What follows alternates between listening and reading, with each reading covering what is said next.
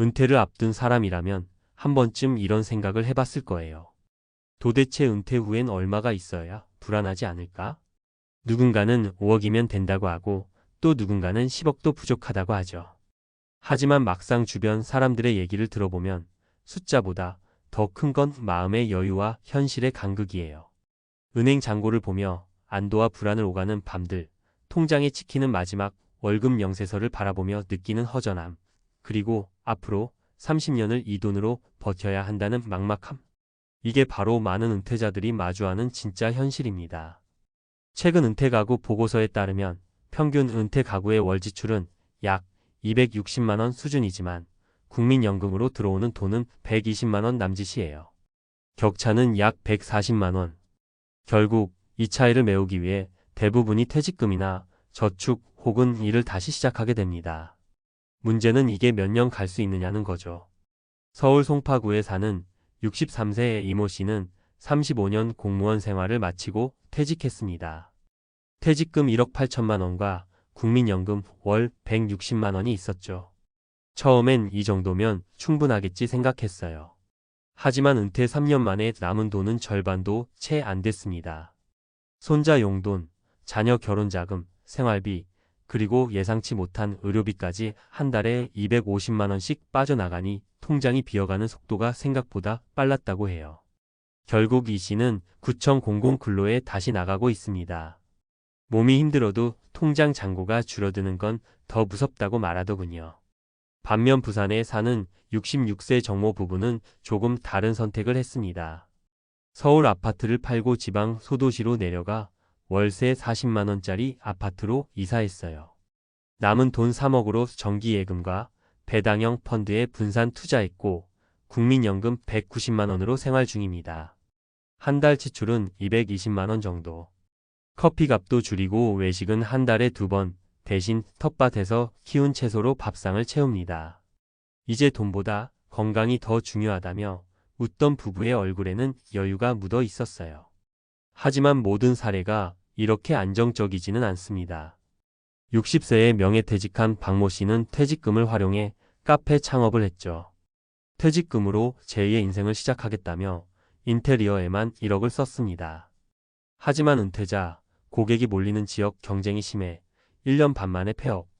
남은 건 빚 5천만 원 뿐이었습니다. 은퇴 후엔 무조건 조심해야 한다. 돈은 버는 게 아니라 지키는 거다라는 말이 박 씨 입에서 나왔습니다. 전문가들은 말합니다. 은퇴자에게 필요한 돈은 목돈보다 흐름이라고요. 즉, 한 달에 꾸준히 들어오는 돈이 얼마인지가 핵심이에요.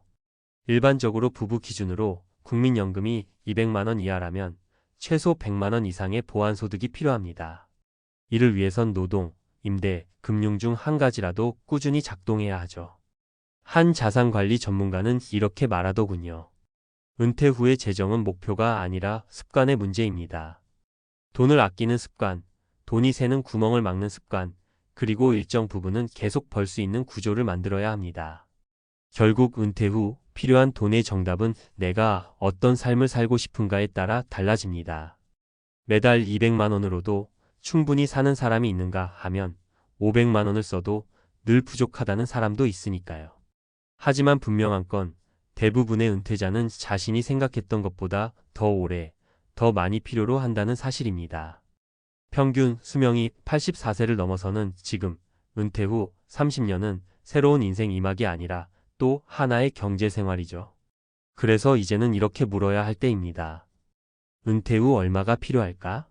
가 아니라 그 돈이 매달 어디서 들어올까? 라고요.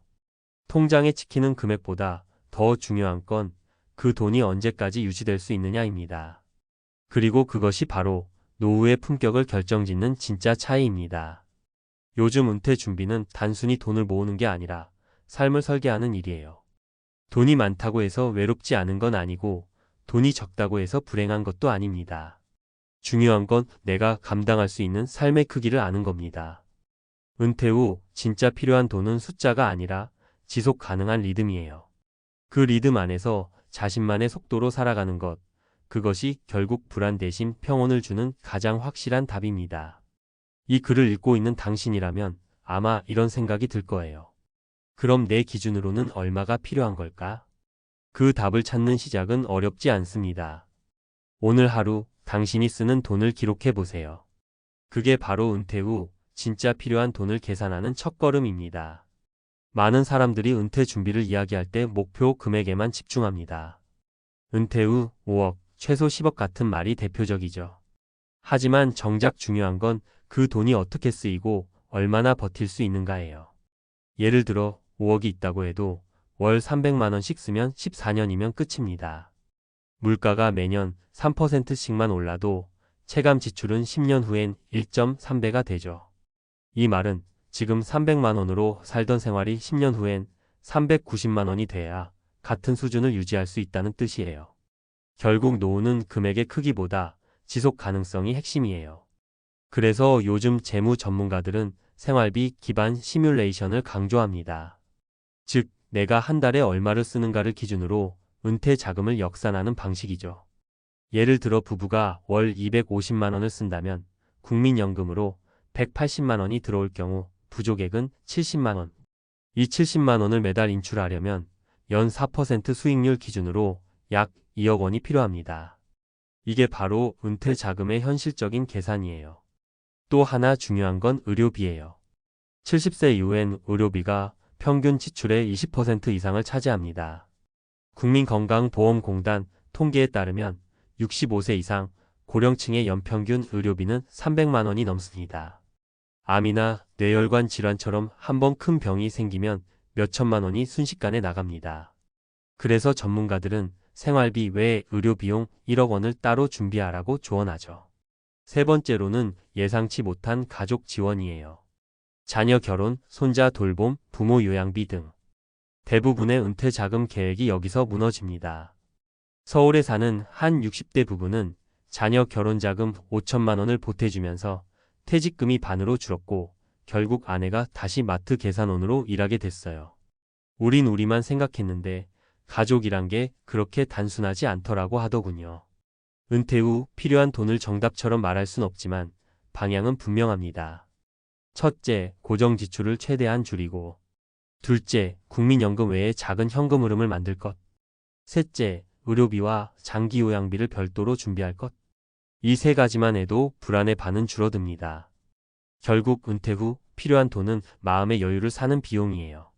오늘도 통장 잔고를 보며 한숨 짓는 대신 나는 이만큼은 대비해 놨다는 확신을 가지는 것. 그게 바로 돈이 주는 진짜 가치 아닐까요? 그리고 잊지 말아야 할 건 돈보다 더 오래 가는 건 삶의 리듬이라는 거예요. 내가 감당할 수 있는 만큼 쓰고 꾸준히 벌고 그리고 너무 서두르지 않는 것. 그게 결국 은퇴 후에도 웃을 수 있는 유일한 방법입니다.